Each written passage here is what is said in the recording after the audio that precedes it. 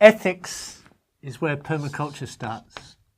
So we have to talk about ethics.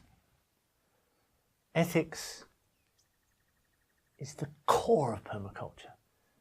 And it starts when we look at traditional community ethics, because traditional communities are anchored by ethics, and that's what controls the way people behave. They're governed by ethics. These often include up to 18 principles, and these are concisely included in the 3 permaculture ethics, which are: 1 is earth care, and that is caring for the earth and all its living and non-living systems. Intrinsic in here is a life ethic, that all living things have an intrinsic worth. So that's the first thing we have to actually take on board with the ethics. And then people care, the care of people, and to supply people with all their needs in a way that's also beneficial to the earth. So they collaborate together, earth care and people care. And then the return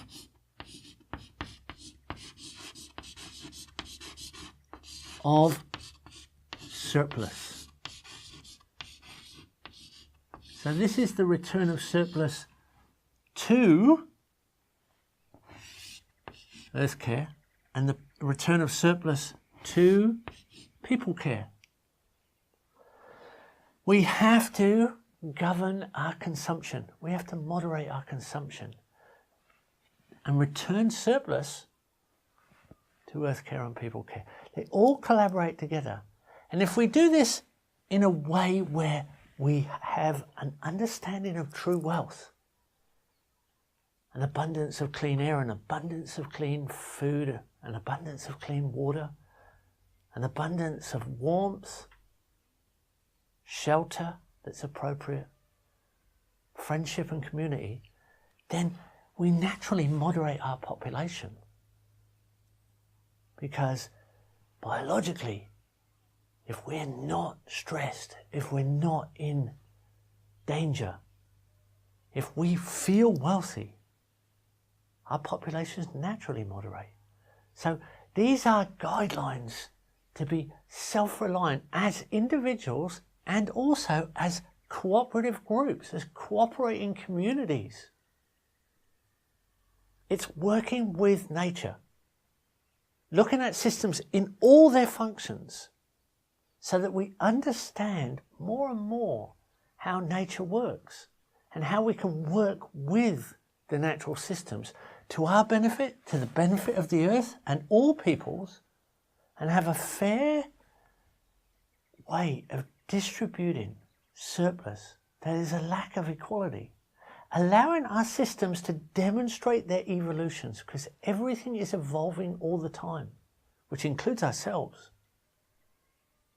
Not an attitude of, what can I get from this land or this person? Because that's just leading towards conflict. Conflict with the land and conflict with other people. Instead, it is, if I cooperate, what does this land or person have to offer, leading to peace and plenty for all? We need to spend time to think of the right questions, or wait for the right question to be asked. And we have the right to refuse or reword wrong questions.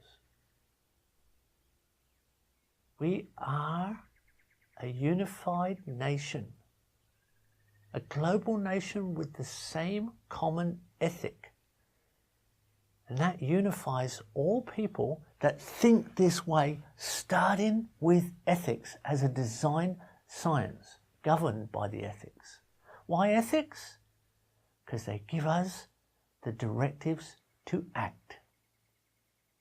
The evidence of long-term damage is very obvious, and there is a well documented evidence that's all around us all the time. There's definitely enough evidence to make us want to go into action to change things. It's everywhere, all around us all the time. We don't need to make a career of discovering more evidence that there are a lot of problems, and we need to change the way we behave. Soil erosion is mounting at enormous levels, and that is our base resource. Water problems are mounting at enormous levels. The removal of the ecosystems, majoring in trees, is unbalancing the biosphere. And we have enormous changes to our climate, generally warming, but great variations in all directions.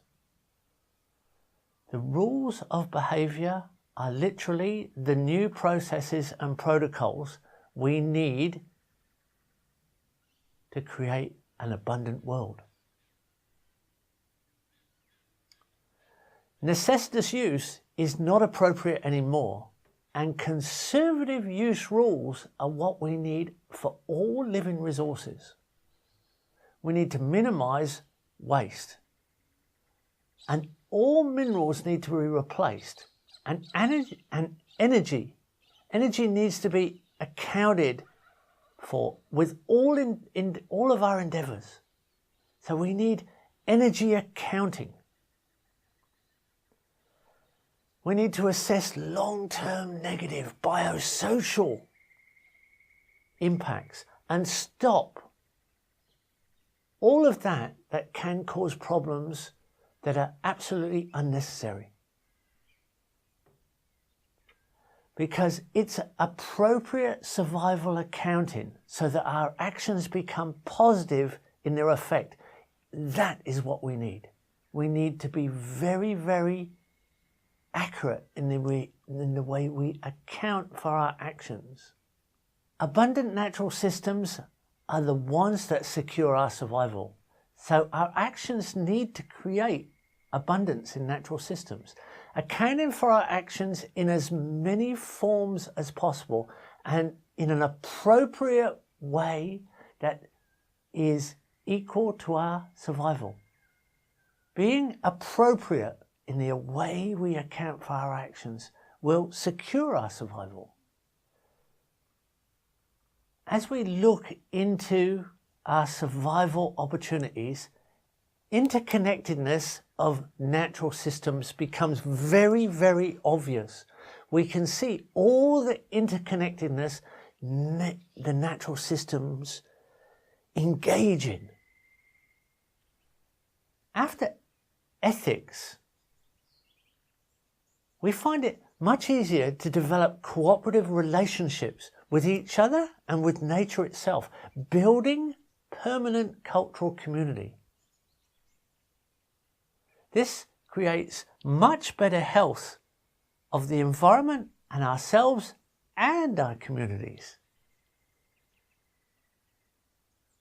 So once people are well cared for, then the natural progression extends to all species care, not just people care, but all species care.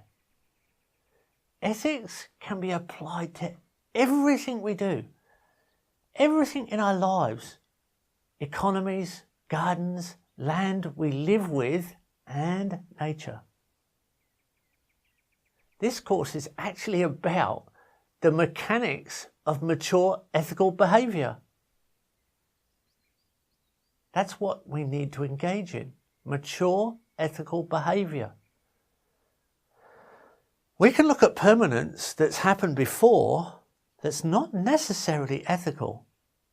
There has been feudal permanence in the past, but it's definitely not ethical. It lacks real people care and actually leads to revolution. People toiling continuously for grain production through massive amounts of organic matter and night soils and muds and silts hauled out of irrigation canals up onto the land, and people tirelessly working to engage in organic but almost slavery permanence, usually working for landlords that just continuously need payment from the people's continuous work. That is definitely a system that is permanent, but eventually leads to revolution. Then there are the baronial permanences, where huge areas of land are held by just very few people, and it is permanent, but only for the privileged who can afford to own very large areas of land and graze small amounts of animals over a large area, and in the right seasons actually move into large areas of cropping as well. Now, if that goes wrong, it leads to absolute destruction of the landscape, and inevitably greed takes over, and that is what happens. The real permanence is communal permanence, and that is when we invest in productive forests of heritage with generational knowledge leading to permanent care. So we have perennial systems giving us the security to provide all our needs with our crops and our animals and our housing, all within the security of ecosystemic type permanence. Without permanent systems, without agricultural type permanence anchored by perennial ecosystems, there can actually be no stable order. We can start by going home and gardening, because nothing gives you a better equation of your work and effort input to your output return. And to have no involvement with broad-scale mechanized agriculture, which is the largest destroying activity on this earth. This is a new intentional design synthesis of plant and animal systems that we're involved in. A whole new ballgame. The concept and promise of free energy robs local people of common sense and community thinking. And materialistic societies rob people at a distance who do not understand the consequences of the false promises they've actually been made. So we need to move into the new paradigm of permanence through ethical design science. That's permaculture design.